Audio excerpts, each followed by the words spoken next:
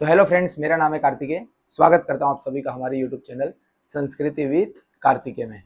Guys, आप सभी को पता ही है कि माँ दुर्गा शेर पर सवारी करती हैं। लेकिन क्या कभी ये क्वेश्चन मन में आया है कि माँ दुर्गा शेर पर ही क्यों सवारी करती है? क्या इसका आंसर आप सभी लोगों को पता है गाइस?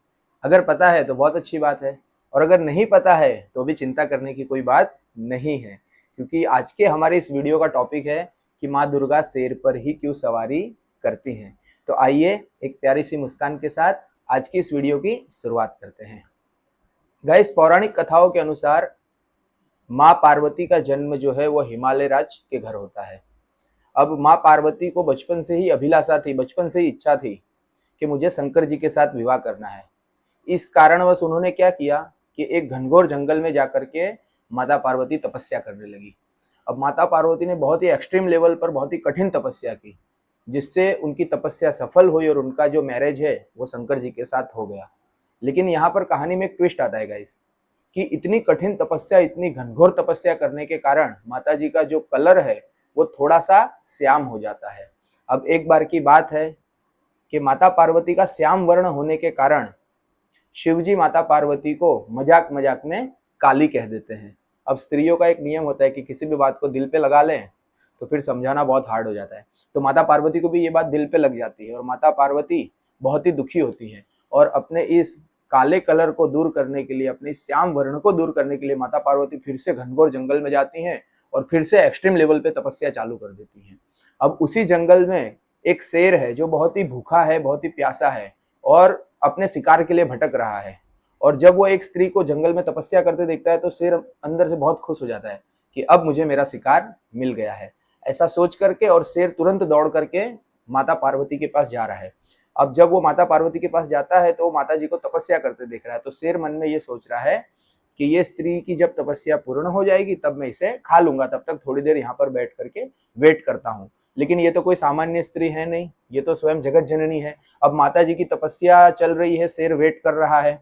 एक दिन बीता, 2 दिन बीता, दिन बीतते बीतते महीने बीत गए, महीना बीतते बीतते सालों साल बीत गए। अब शेर इतने लंबे टाइम पीरियड से बैठ करके वो केवल और केवल वेट ही कर रहा है कि तपस्या कब पूर्ण होगी, तपस्या कब पूर्ण होगी।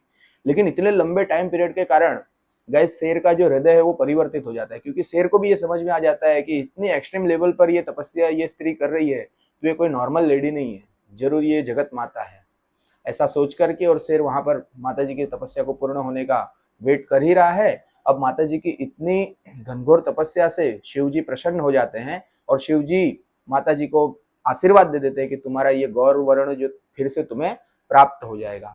इस कारणवश माता रानी को उनका गौर वर्ण प्राप्त हो जाता है और माँ पार्वती का एक और नाम पड़ जाता है गौरा। हम सभी कहते हैं माता रानी को गौरा, वो गौरा नाम इसी कारण से प्राप्त हुआ है क्योंकि उन्हें फिर से अपना गौर वर्ण प्राप्त हो जाता है।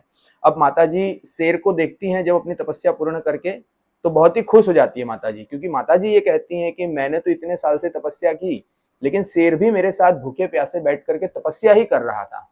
बाकी शेर के सामने तो उसका शिकार था ही, वो चाहता तब माता जी का शिकार कर सकता था, लेकिन फिर भी उसका भी हृदय परिवर्तित हो गया कि भाई भोजन सामने पड़ा है फिर भी भोजन किया नहीं, केवल माता जी के साथ बैठ करके और माता जी का वेट कर रहा था। तो ये सब के कारण माता जी शेर के ऊपर बहुत ही खुश होती है और शेर को कहती है कि मांगो तुम्हें क्या वरदान चाहिए। तब शेर कहता है कि माता जी आपका सानिध्य मुझे प्राप्त हुआ है, मैं आपके साथ इतने सालों तक रहा, तो इससे बड़ा मेरे लिए कोई वरदान नहीं है। लेकिन अगर आप फिर भी कुछ वरदान मुझे देना चाहती हैं तो अब आप मुझे सदैव काल के लिए, हमेशा के लिए, लाइफ टाइम के लिए अपने साथ रख लीजिए।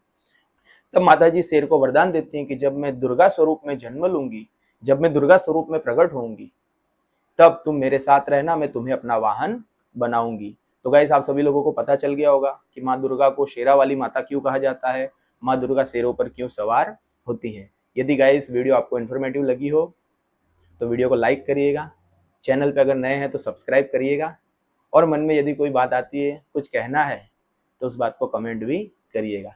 मिलते हैं जल्दी नेक्स्ट वीडियो में, तब तक के लिए हर हर महादेव।